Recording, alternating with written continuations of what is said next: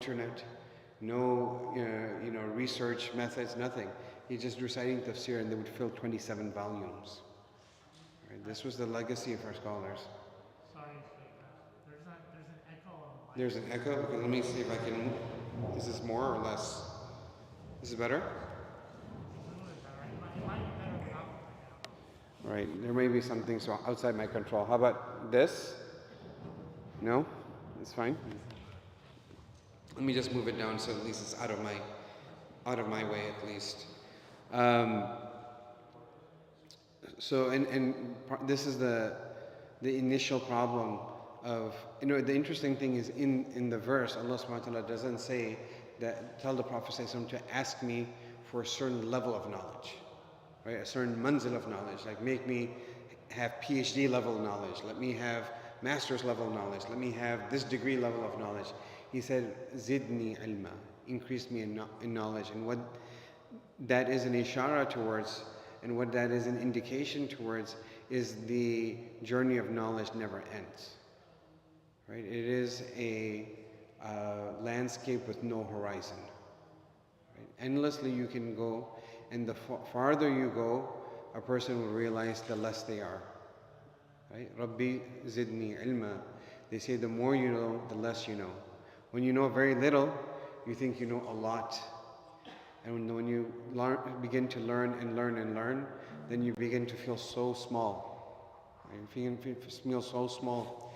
And I'll give you an example of this, is that, one time, I prayed in my local masjid, and there was a person who had spent, I joined the prayer late or something like that, so I prayed my sunnah or something, and he criticized afterwards. Normally I let it go, but he was really coming at me, and maybe I got some things got the better of me, so then I really gave it to him, right?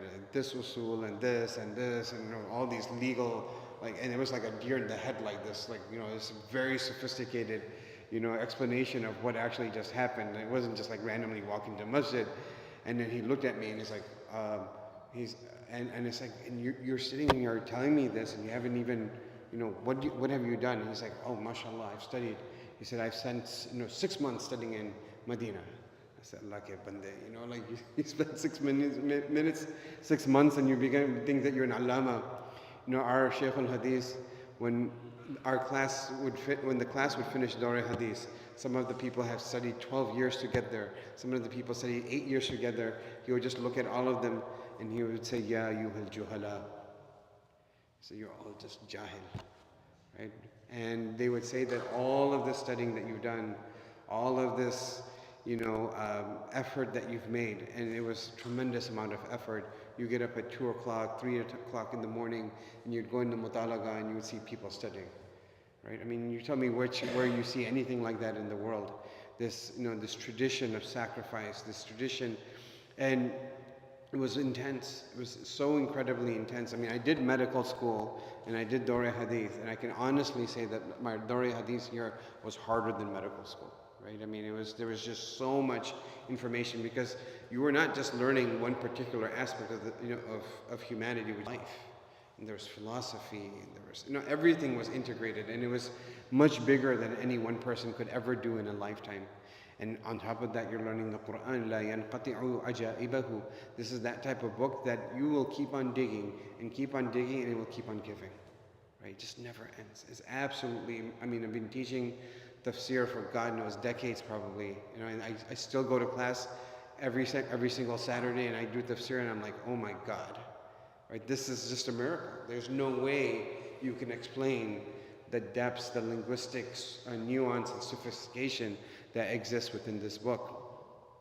And so, if we understand that the Prophet ﷺ was being told to continually engage in knowledge, then it is also a call of action for all of us.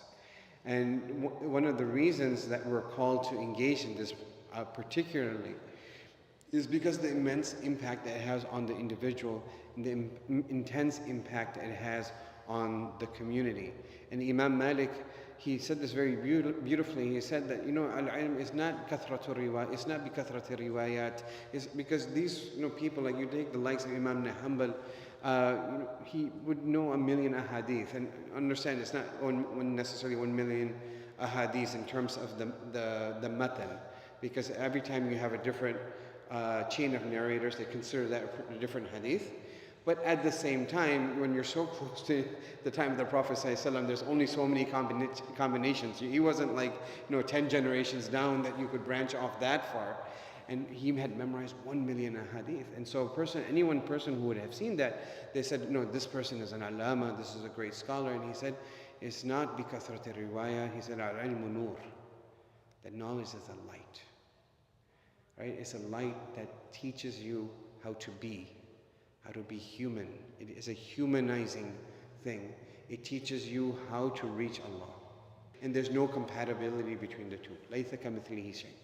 So there's nothing like Allah. There should be absolutely no way that creation can interface with Allah subhanahu wa ta'ala.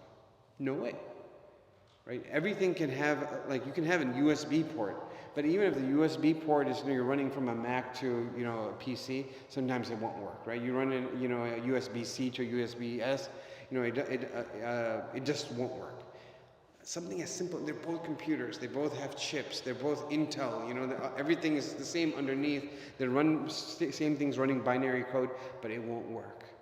Then, because there's a little bit of a difference. Now, what is the difference between Allah subhanahu wa ta'ala and His creation? There should have been no way.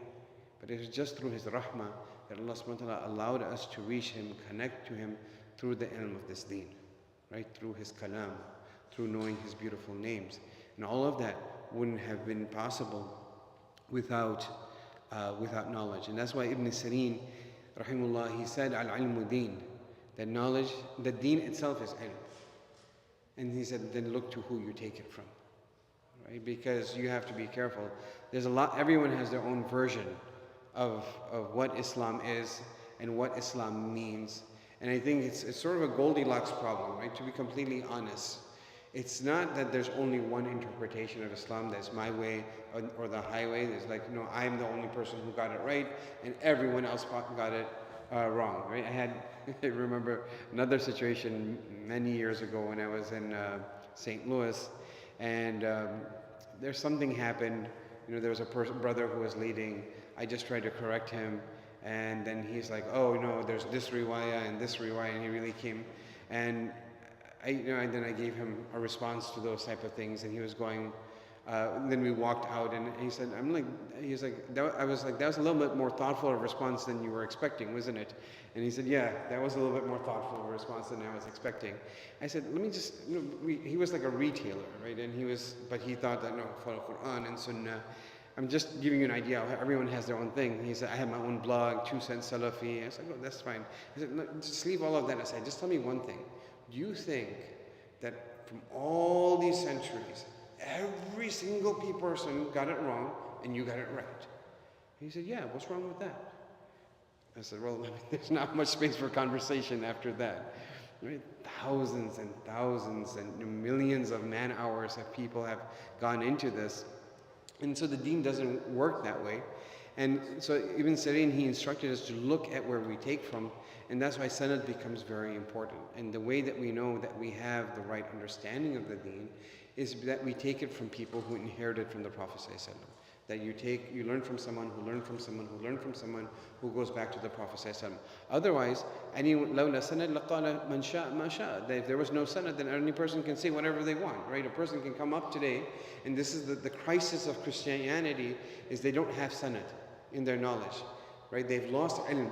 And because of that, you can say, you can have a papacy that propagates the possibility of homosexuality being accommodated within Catholicism. You can't do that in Islam because you have no sanad for that understanding. You can't just come up with something. And the Prophet ﷺ really shut the doors down on this when he said, "Man qala fil Qur'ani bi mujarridi ra'yihi falyatabawwa maq'adahu min an-nar," or kama qala Rasulullah ﷺ. If you want to speak about, and you have this, Christians, they'll get together in a group, in a circle, and they say, okay, what do you think this verse means in Luke? And what do you think this verse means in Matthews? You can't do that with the Quran. The Prophet ﷺ said, if you do that, then prepare your steed in the hellfire. وَإِنْ أَصَابَ فَقَدْ أَخْطَأَ. Even if he got it right, he got it wrong because you didn't take the right methodology. Because there's dangers in that. right? There's rails, there's parameters on how you understand things. And this has to do with the philosophy of knowledge, right? There's a class that they teach at Northwestern on the philosophy of knowledge. And so you have things which are very precise. They say, for example, mathematics is a very precise way of knowing, and part of that is due to Descartes and the Descartes heritage in the Western world. And then you have soft sciences, and then you have hard sciences like physics, and softer sciences like chemistry and biology. And the thing that's the least precise, at least in the Western, ontology or cosmology of knowledge, or epistemology, I should say, is that of language. Because you take interpretive language, you can take any sentence and make it mean anything. And there's some truth to this. يُضِلُّ بِهِ كَثِيرًا وَيَهْدِي بِهِ كَثِيرًا. There's the reason for that, because يُحَرِّفُونَ الْكَلِمَ عَنْ مَوَاضِعَهُ. You can take things and make them mean something else other than what was meant. Right? So the Shia are going to the same Quran, and the Sunnis are going to the same Quran, and ISIS is going to the same Quran. Everyone's tapping the same Quran, but there's many different understandings. So we have to be careful, right? Number one, in saying that everyone's idea works, and you have to also be careful on the other side that only one idea is supreme. Right? Like, okay, you can only be Hanafi, or you can only be Deobandi, or you can only be Tablighi, or you can only be Salafi, or you can only be things. There's a Sirat al-Mustaqim, and it's very wide, and it can accommodate a lot of people in Ahl Sunnah wal Jama'ah, right? But you have to be careful about heretical ideas. You can't say things like the Prophet ﷺ is not the last prophet. You can't say things like the Quran is incomplete. It has to be something really out of the pale before someone falls out of it. And otherwise, there's space for difference of opinion. And that's just the beauty of the legacy and the intellectual legacy of the Prophet. But anyway, coming back to what Ibn Sirin, rahimahullah, said, that was a little bit of an aside. He said that al-ilmu din, that knowledge, that the religion is knowledge. Because if you don't have knowledge, you will not have religion. And everywhere that I have traveled in the world, and I've seen Islam thriving, the foundation of that was they had kept the flame of knowledge alive. Right? I landed one time in Barbados. Shaykh Hussain Sattar came down from Chicago. We met in Miami, and then we flew down to Barbados. And we got there, and we were thinking, okay, someone's going to pick us up in Bermuda shorts to take us to the Bayan. I was surprised they even have a masjid, on the island of Barbados. And then this guy comes and picks us up, and he has this long thobe, and he has a long beard. We're like, okay, this is interesting. And it got more interesting because we found out that he was a mufti. Right? And then we're like, okay, this is like, what's going on here on this island, right? Some secret operative, operation going on. And then we find out that there was a place where people would go and they would study and they would learn, and Islam bloomed. You go to Charshamba, the same issue. You go to the UK, it's the same issue. You go to South Africa, it's the same pattern. Everywhere that knowledge remained alive, that Islam also thrived, and wherever Islam or knowledge was suffocated, whether it was by desire or by design, that you saw the footprint of Islam also shrink in those areas. Right? And this was actually done very systematically. Right? It was done very systematically during the Ataturk regime, right, in Turkey. It was done very systematically, for example, under communist Russia. You couldn't have, just recently, someone went over, there was a group of people who went, and there was a lady who would come to the opening of the masjid and look in and go out, and look in and go out. And people are asking, one of them went out and they said, why do you keep on doing this? And she said, I heard that you guys came from, outside of Russia. And they said, yes. And she said, I heard that you had a Quran. And they said, yeah, we have a Quran. And then she said, can I see it? And they showed it to her. She said, I've never seen a Quran in my life. Imagine, there are people in this world who, under the full-blown communist regime, when people would memorize Quran, they would line, how you have drywall? They would line up between the walls of the drywall, and one person would recite and the other person would listen, and that would be the madrasa. Right? My own teacher actually went and visited one of those places maybe 40, 50 years ago. They said, let me show you our madrasa. So they went to there, and they went to an empty warehouse, and he said, you couldn't see anything. He said, where are the students? And they said, come close and listen to the wall. And behind the wall, you could hear the hum of the huffaz. right? And literally one of the students they brought to him, he was a hafiz, he took out his Quran and he said, read. And the kid looked at it and he said he didn't know how to read. But when he gave him a prompt from somewhere from the Quran, he could just read from there because he's never seen a Quran in his life. And then you just imagine how much freedom we have, how much liberty we have, how many opportunities we have. No one's holding a gun to our head. And the Quran just lies there on the shelf, right? The app just lies there on the phone. Like you have a choice. You can push the YouTube or you can push the Quran, right? You have a choice. You can push Instagram or you can push the Quran. You have a choice. You can push, Facebook or you can push the Quran. And 99 times out of 100, we push the other thing, right? That's a hujjah against us. That's an active choice that we make, that we're choosing something above Kalamullah, right? And there's no alibi that's going to get us off the hook for that, right? What do you say to Allah subhanahu wa ta'ala that I actively chose something over your kalam that was more interesting, right? The reason that it's more interesting is because the heart is corrupt. When the heart is shining and it's like gold, there's nothing more beautiful than the dhikr of Allah subhanahu wa ta'ala, and there's nothing more interesting than the kalam of Allah. But we allow ourselves to become salid so much that these things become interesting to us. Khair, anyway. So we understand that knowledge is really the basis. And I can give you stories about the 100-year British plan and stories on how this was systematically over the different generations because they understood the secret even though we didn't. But in any case, the Prophet ﷺ, he actually established this in practicality. When he made the hijrah and he came to Medina, one of the first things that he did was to establish the masjid. Right? That we know. But you also know that one of the first things that he did was to establish the madrasa. Fewer people recognize that reality. Because understand that a masjid is only a building. Right? To make the masjid, إِنَّمَا يَعْمُرُ مَسَاجِدَ اللَّهِ, not the bricks. مَنْ آمَنَ بِاللَّهِ وَالْيَوْمِ الْآخِرِ وَأَقَامَ الصَّلَاةَ وَآتَ الزَّكَاةَ وَلَمْ يَخْشَ إِلَّا اللَّهِ. If you want to really make a masjid and establish a masjid, it requires iman. You fill it with iman. You fill it with amal. أَقَامَ الصَّلَاةَ وَآتَ الزَّكَاةَ. And you fill it with love and fear and reverence in a heart that is connected to Allah. وَلَمْ يَخْشَ إِلَّا اللَّهِ. These are the three ingredients that go into making a masjid, and all of that starts with knowledge. Right? All of that starts with ilm and a tradition of ilm. And that's why the Prophet ﷺ, he said, إِنِّي بُئِثْتُ مُعَلِّمًا أَوْ كَمَا قَالَ رَسُولُ ﷺ, that I was sent as a teacher. He was many things. إِنَّا أَرْسَلْنَاكَ شَاهِدًا وَمُبَشِّرًا وَنَذِيرًا وَدَاعِيًا إِلَى اللَّهِ بِإِذْنِهِ وَسِرَاجًا مُنِيرًا.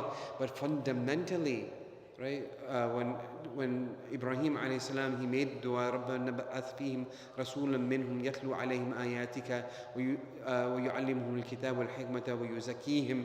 And then Allah subhanahu wa ta'ala responded to that dua by saying that Allah subhanahu wa ta'ala, لَقَدْ مَنَّ اللَّهُ عَلَى الْمُؤْمِنِينَ إِذْ بَعَثَ فِيهِمْ رَسُولًا مِّنْهُمْ يَتْلُو عَلَيْهِمْ آيَاتِهِ وَيُزَكِّيهِمْ وَيُعَلِّمُهُمُ الْكِتَابَ. This was one of the fundamental reasons why he was sent. It was to teach. And you can't have a teacher without a madrasa, without a Darul Uloom. And so he very quickly established a Darul Uloom. In that Darul Uloom was called Darul Uloom Sufa, right? And there was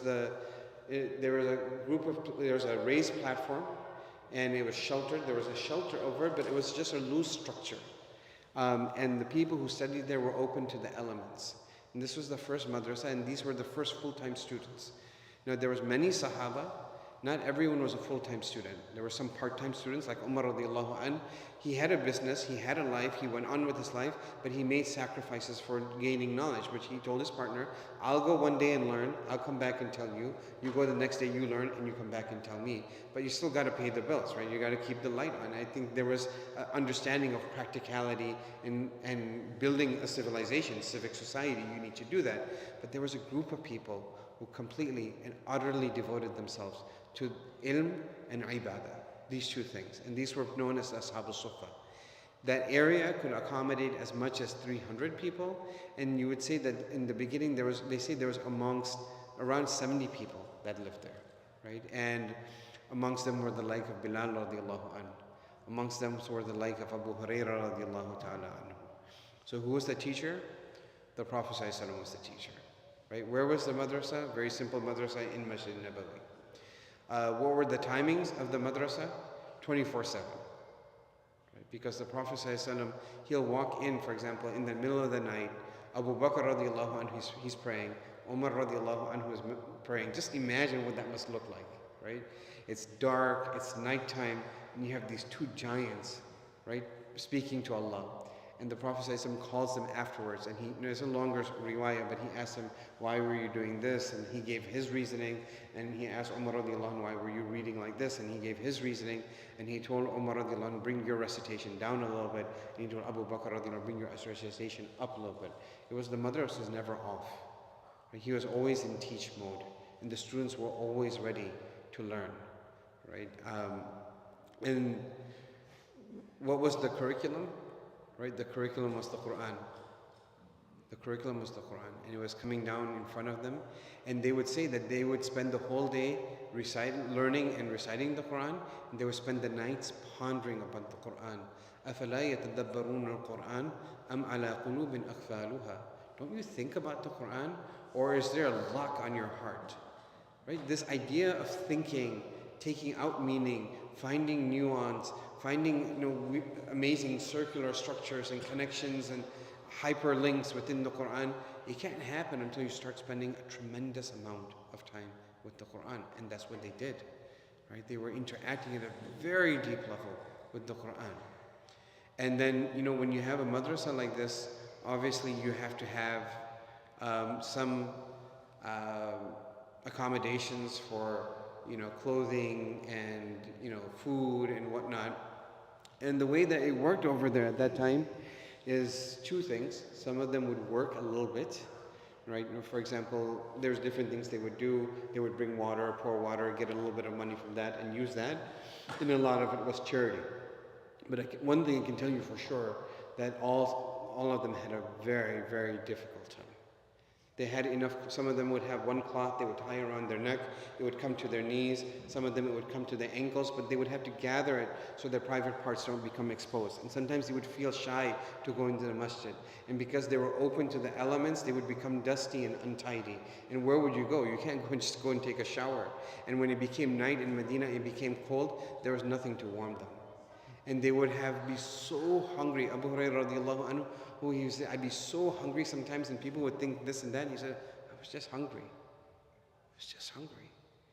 There was one person, who saw them in this state, and some of them, maybe would have seizures or be in a certain situation, and the Bedouin would come and he would make a comment about them.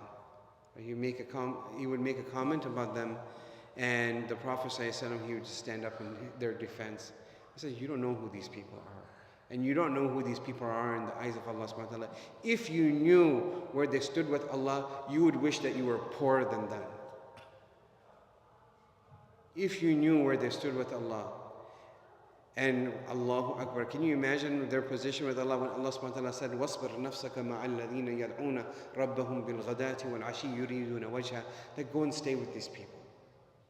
Right? Allah's telling the Prophet of Allah to go and hang out with these people. There was one of them, one Sahabi, I think it was Ubay bin Ka'ab radiallahu anh, that one time the Prophet ﷺ came to him. He was the Qur'an of the Sahaba, and he asked him, recite the Quran to me. And he said, Ya Rasulullah, you're telling me to recite to you, and the Quran is revealed on you? And he said, yes, you should recite. And then he got the idea that this wasn't coming from the Prophet ﷺ. It was an order from Allah subhanahu wa ta'ala. And he said, Allahu sammani. Allah took my name. Allah took my name. I'm a nobody here. Right? People would look at you askance, but Allah took your name in the heavens. And he said, Naam, Allah took your name. There were superstars in the heaven. Superstars. But everyone looked at them as the riffraff of society. And it wasn't only the men who were like this. The women also studied. There was a women's wing as well. It wasn't open. It was behind the veil. And the forefront of the students, for example, the women would come to the Prophet ﷺ and they said that, Ya Rasulullah ﷺ, the men get to learn from you. They get to have time with you. We want our own time. We want a special women's dars. So the Prophet ﷺ separately would go and teach the women one day a week. One way that they would get knowledge is the Prophet ﷺ was, and there's only so many hours in a day.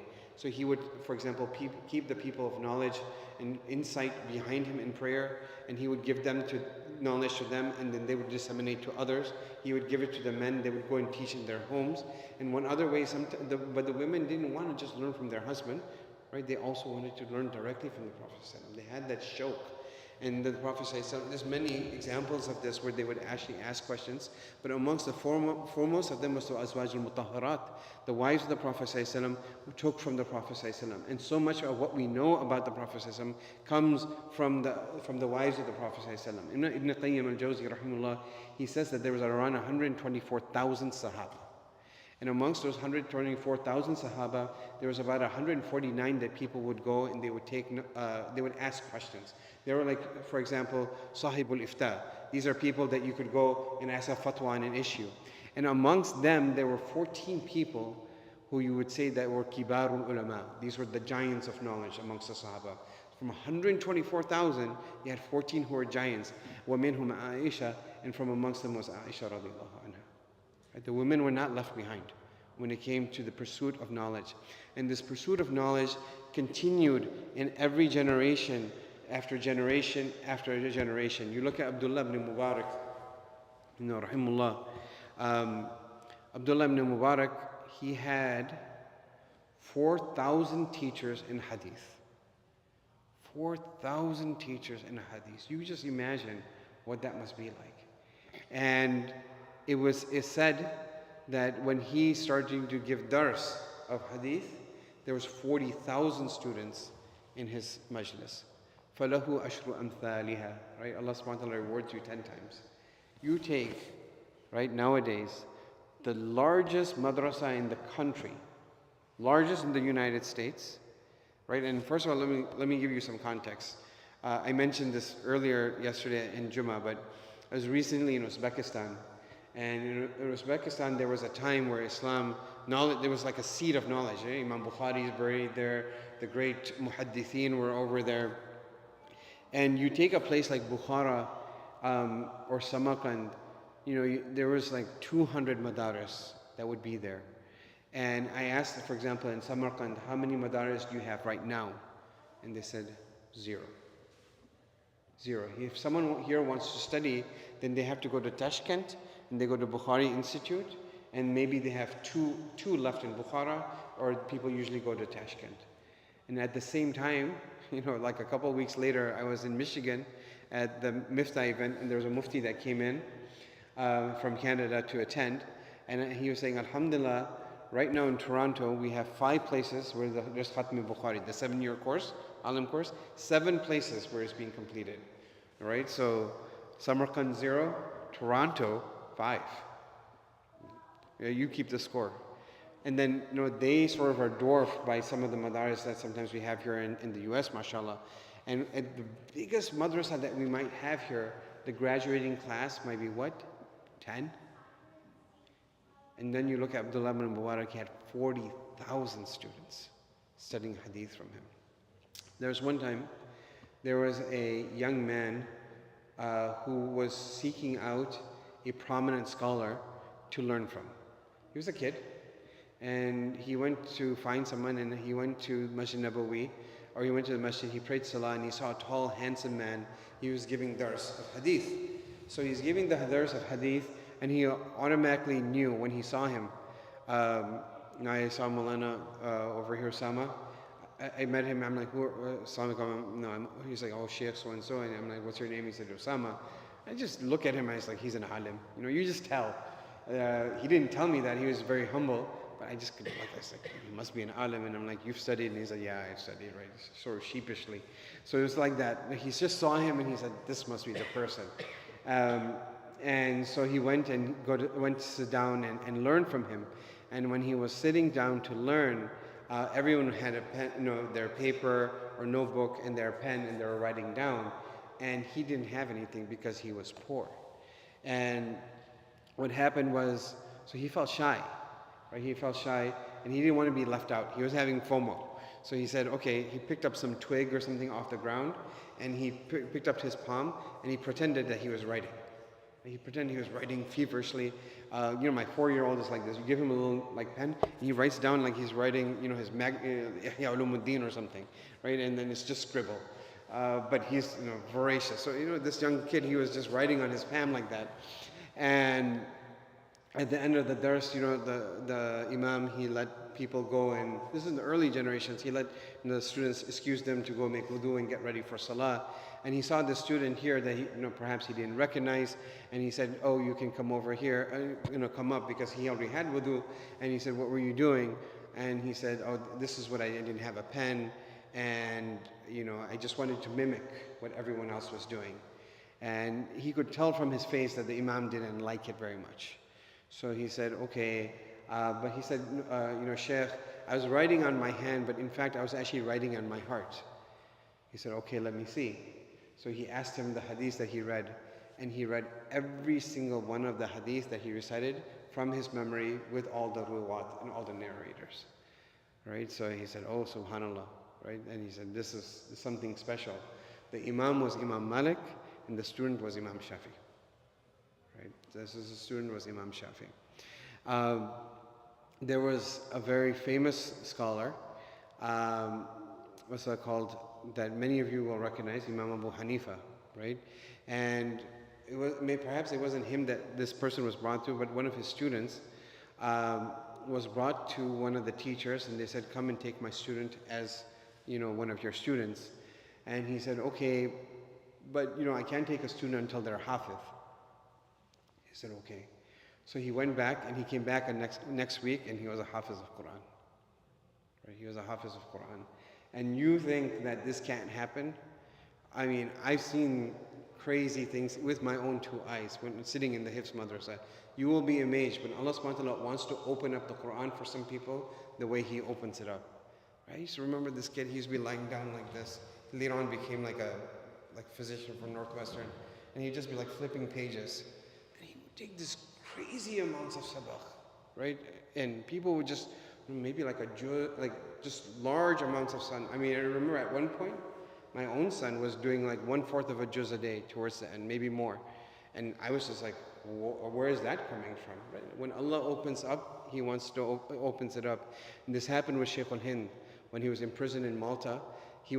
I believe he was not Hafiz, but one of his students, he had so much adab and ihtaram with his teacher that, one of the things is that what he would do is cold in Malta, right? So what he would do is he knew that he would go to the cauldron to make wudu, so he put his body over it to warm up the water a little bit, so when my shaykh goes to make wudu, at least it'll be a little bit warmer.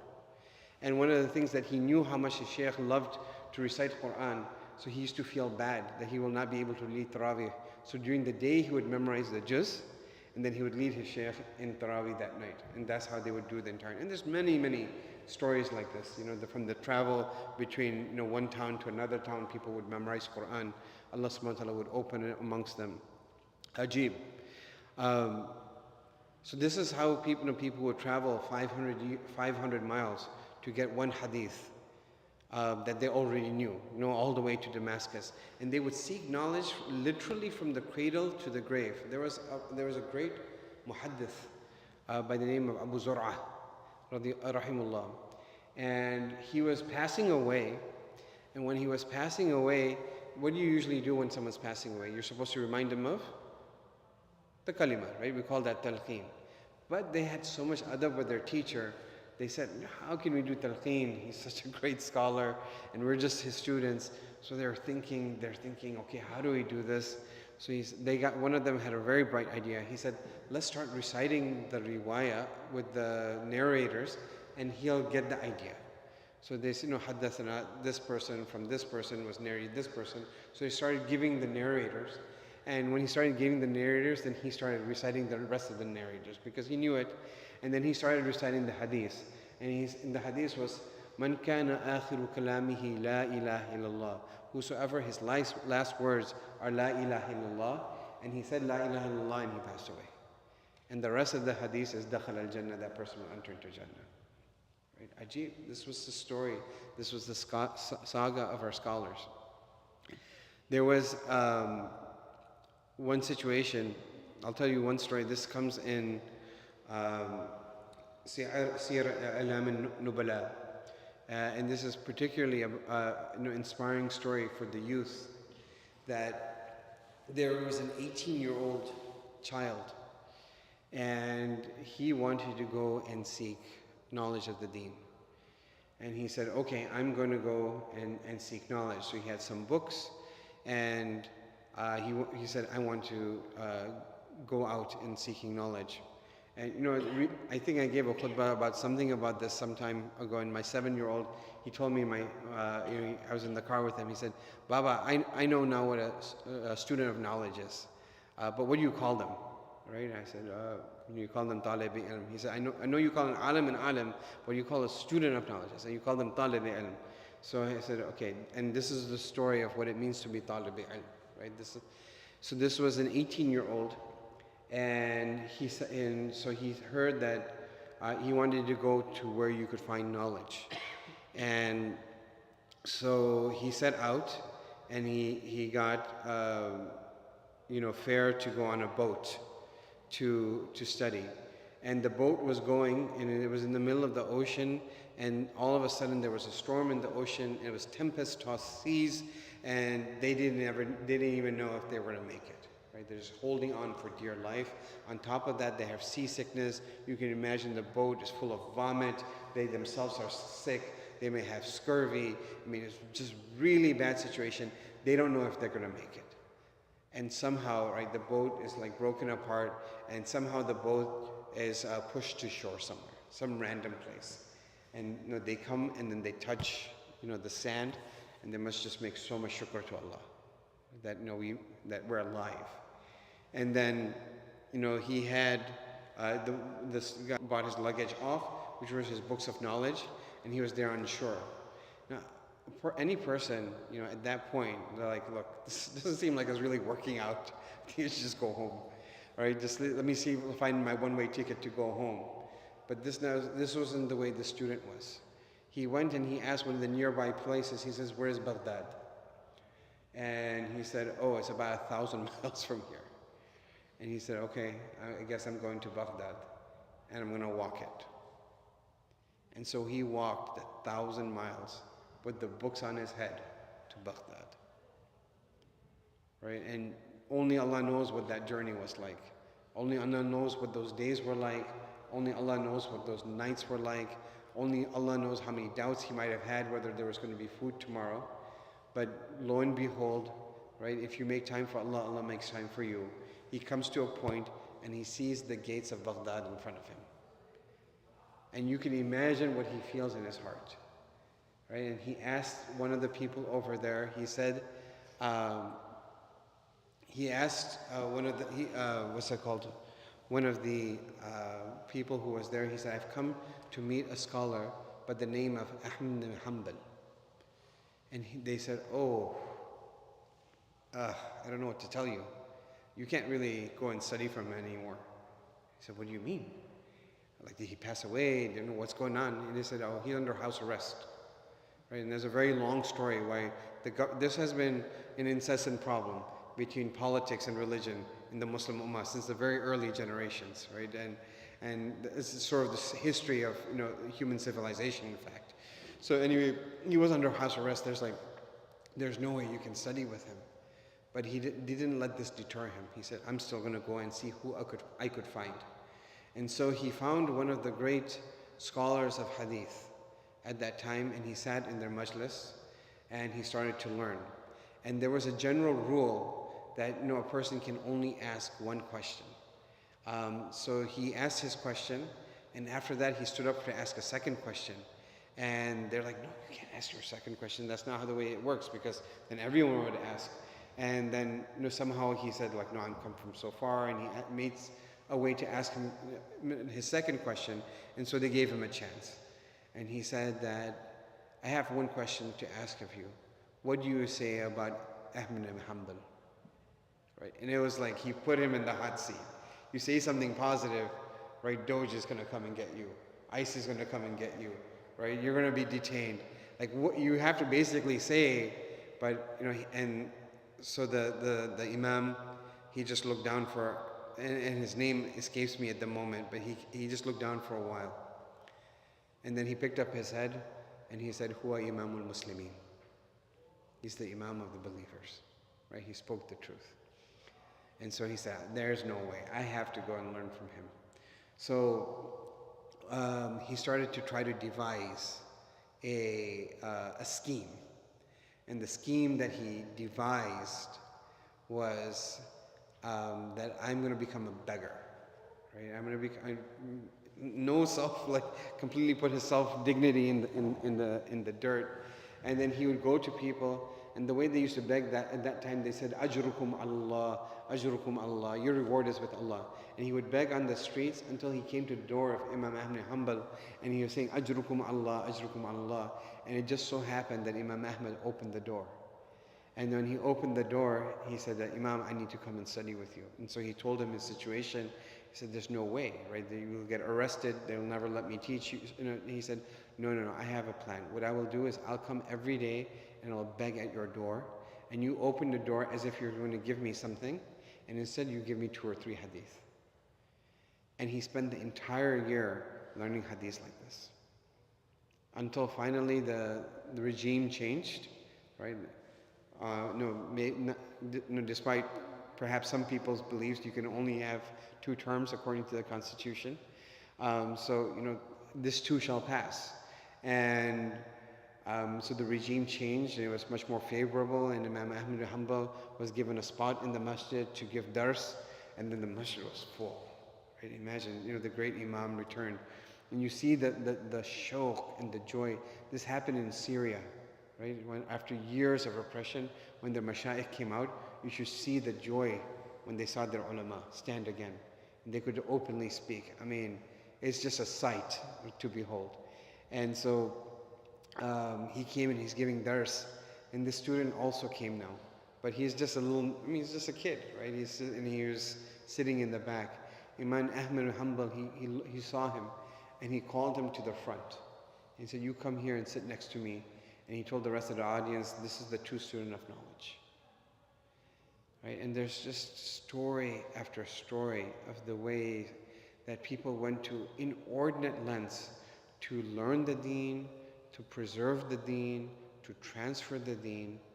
And I would tell you that even in this country for so long, for example, if you wanted to become a hafiz of Quran, many of you will remember those days that we had no hufaz, like 0 in this country. You wanted someone, you had to call them from Egypt, you had to call them from India, you had to call them from Pakistan, you call them over here, Hafiz Sahib would come for a month, someone would stay in someone's house, and they would send them back. And I was part of that early generation that started to memorize Quran in this country, right? We used to hear that in such and such state, there's one place, maybe some people are memorizing Quran.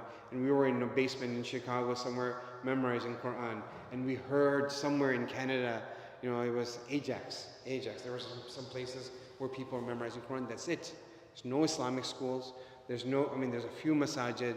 There's no idea. And people memorizing Quran at that time, people would come and put you down, right? Because they're like, now we're in America, bro. Like, what are you doing? They weren't like millennials or Gen Zers at that time, but what are you doing? You're ruining these kids' lives, because what they knew is people who are good for nothing in society are the people who go and memorize Quran, right? And they're like, you're taking these bright people, we have a future, what are you going to do? Have them memorize Quran? And now you look at what the situation is, right? There's not place for people to recite Taraweeh, right? You go to places like Masjid Dar es-Salam and stuff, like in every room there's a Taraweeh going on. You want to finish in 4 days? Yeah, we got you, we'll hook you up. You want to finish in 7 days? No problem, we'll hook you up. 10 days? Okay, we got you. 15 days, 30 days? Which track do you want to be on? There's no dearth. And I was also in this country when there was no ulama. Right, and literally, I myself was a big critic of ulama and stuff like they're all backward and they don't understand anything and all of this. And one of the first times, there was hardly anyone. I could tell you that at that time, Shaykh Hamza Yusuf was one of the first people who had studied overseas and come back. He was one of the inspirations for me. I think Abdul Hakim Murad was starting some of his early work. And then I went to a party at one of the masajid, and I was like one of the only people that I knew, at least, who was studying locally. And there was one person I met, who was a little bit ahead of me. He came back from his studies. I had no idea who this person was. I knew because we lived in the same community. I knew about his dad. And we sat at the party and we connected. And that happened to be the Shaykh Hussain Sattar, right? And I was like, he had just come back fresh from his studies. And then slowly more and more people went and studied overseas. They started coming back, transferring their knowledge. Then you have your Dar al-Qasim, and you have your Dar al-Salam, and you have your Zaytuna, and you have your Qalam, and you have your Maqasid. And like there was a time where you had to travel to Medina to get knowledge. And Allah subhanahu wa ta'ala brought Madinatul Ulum to us. There was a time that you had to go to Baghdad, right, and to gain knowledge. And Allah subhanahu wa ta'ala has brought Kufah to us.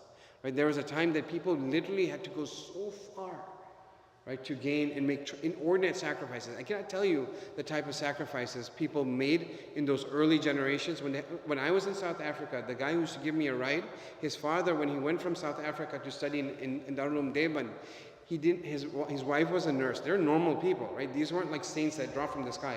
They're normal people. They said, we need to go and do this. And they would eat, and he said, my dad used to eat the rinds of a watermelon to stay alive. Right? That's how they sought knowledge.